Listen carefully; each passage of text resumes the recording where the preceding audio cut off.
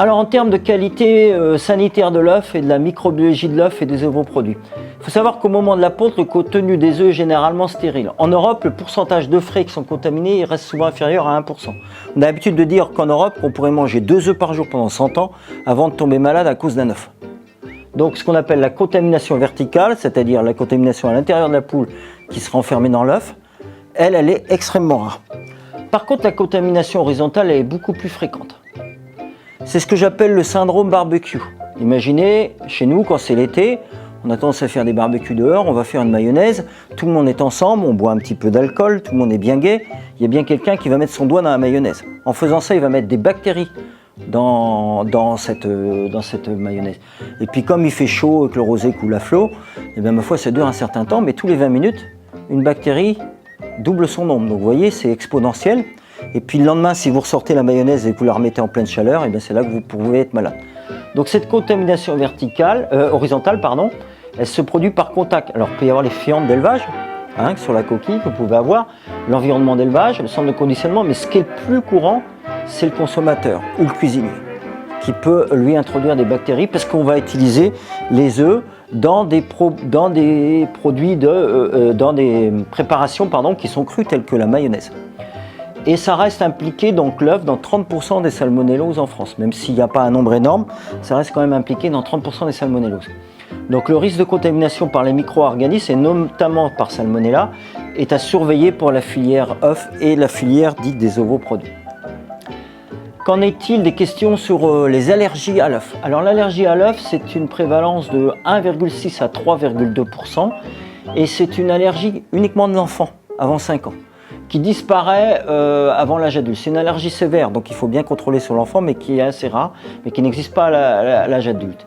C'est la seconde cause d'allergie chez les enfants, et vous voyez que le seuil d'allergène est assez bas, puisque à 65 mg de produits secs d'œufs, vous avez 16% des allergiques qui peuvent être malades, et vous-même à 10 mg, vous en avez encore 0,8% qui ne vont pas le supporter. Donc c'est à contrôler chez le jeune enfant.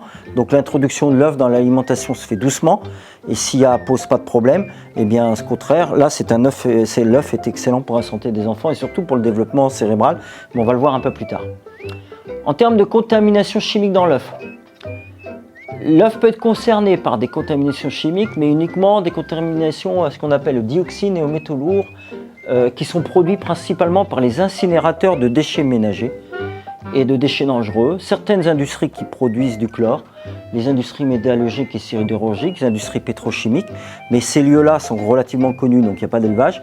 Mais ce qui est souvent le plus problématique dans les productions qu'on a familiales en Europe, que vous pouvez avoir aussi à l'île Maurice, c'est les gens qui font des feux de bois, notamment quand c'est du bois humide ou qui contient du sel, comme vous pouvez l'avoir sur votre île, et qui là, le résidu de sa combustion va mettre dans l'atmosphère un certain nombre de produits organiques persistants qui vont s'accumuler dans les sols, et que la poule, en mangeant les sols, eh bien, elle va l'intégrer dans son jaune d'œuf et l'accumuler.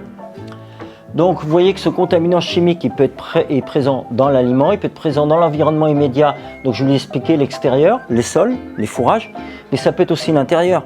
C'est-à-dire que si vous avez des peintures par exemple qui sont usagées dans un bâtiment et que la poule va venir picorer et manger les résidus de peinture, dedans il y a des retardateurs de flamme qui sont solubles dans les lipides du jaune d'œuf et qui vont s'accumuler donc dans le jaune d'œuf.